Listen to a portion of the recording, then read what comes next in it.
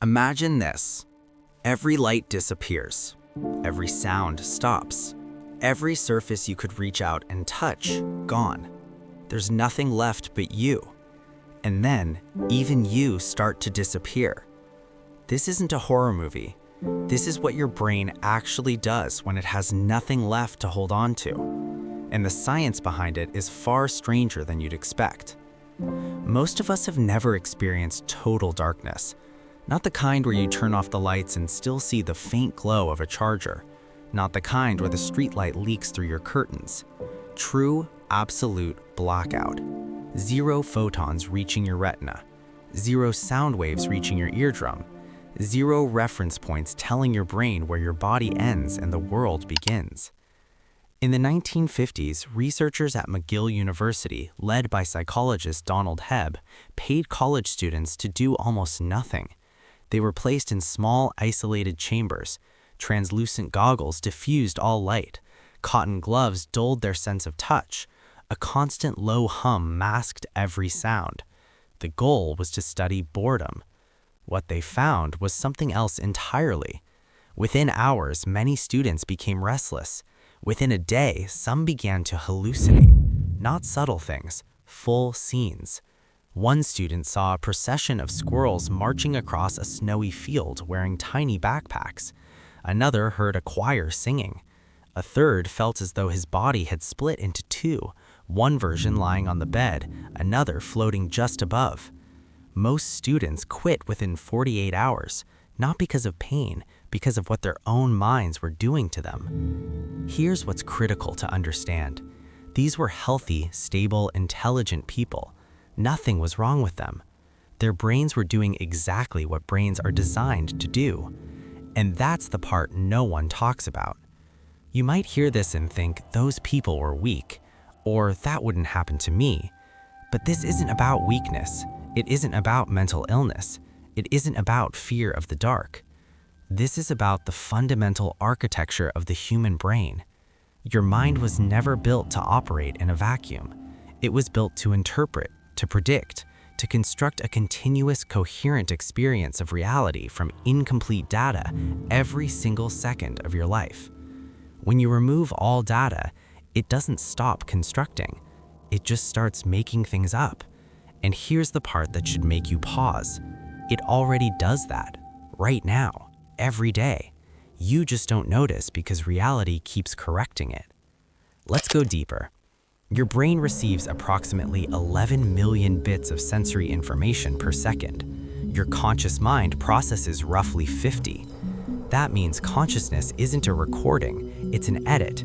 Your brain is constantly filtering, predicting, discarding, and filling in gaps. Neuroscientists call this the predictive processing model. Your brain doesn't passively receive the world, it actively generates a model of it, then checks that model against incoming data. When data confirms the model, you feel normal. When data contradicts it, you feel surprise, or confusion, or fear. But what happens when there's no data at all? The model keeps running. With nothing to check it against, the predictions become the experience. This is why people in total darkness begin to see things. This is why prisoners in solitary confinement hear voices. This is why astronauts report strange perceptual shifts during long, quiet stretches in space.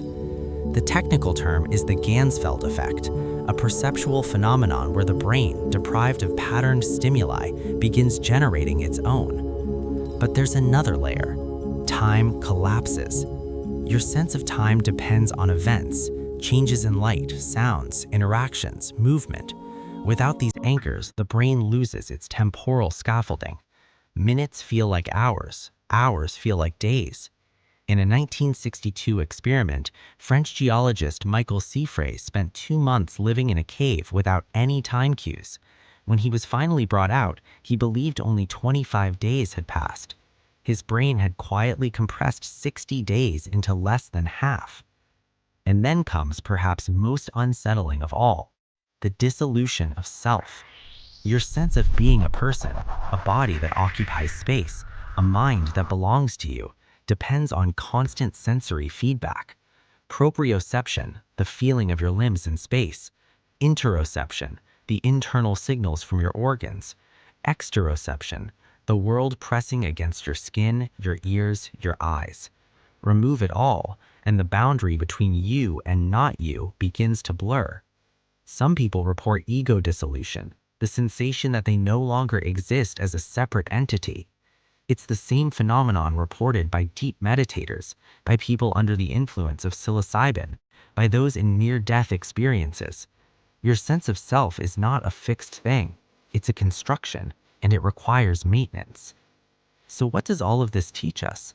Not just about darkness, but about how fragile and how extraordinary ordinary consciousness really is. Here are 5 principles hidden inside the science. 1. Your brain is a storyteller, not a camera. It doesn't record reality. It narrates it in real time, with gaps filled in, edges smoothed over, and predictions layered beneath every perception. The blackout doesn't break this system. It reveals it. 2. Silence is not empty. It's generative. When external noise stops, internal noise amplifies. This is why you hear your own thoughts so loudly when you can't sleep. This is why meditation feels overwhelming at first. The brain doesn't do silence. It fills it. 3. Identity requires friction. You know who you are because the world pushes back, because gravity holds you down, because people call your name. Remove the friction and the self becomes surprisingly negotiable. 4. Panic is a signal, not a sentence. The anxiety people feel in total darkness isn't irrational. It's the brain recognizing that its prediction model has lost all external validation. It's an alarm, not a flaw. Understanding this reframes fear as information. 5. The mind can survive the void if it knows what the void is. The McGill students who lasted the longest weren't tougher. They were the ones who understood, even loosely, what was happening to them. Awareness of the mechanism reduces its power, always. Here's the simplest way to hold all of this. Think of your conscious mind as a lantern. In normal life, the lantern illuminates the room around you. Objects, people, walls, floors. You navigate by what it reveals. In a total blackout, the room disappears, but the lantern doesn't go out. It keeps burning, and it starts projecting shapes onto the darkness. Faces, sounds, stories, fears. Because a lantern that illuminates nothing will illuminate anything. The mind is not a passive receiver of the world. It is a relentless, tireless builder of worlds. And the darkness doesn't prove it's fragile. It proves it never stops. You will probably never be in a total blackout, but you have been in smaller versions of it. The sleepless night where your thoughts spiraled, the isolation that made you question who you were, the silence that became louder than any noise. Now you know what was happening. Your brain wasn't failing you. It was doing the only thing it knows how to do, building a world, even when there was no world left to build from. And that, quietly, strangely, might be the most remarkable thing about being human.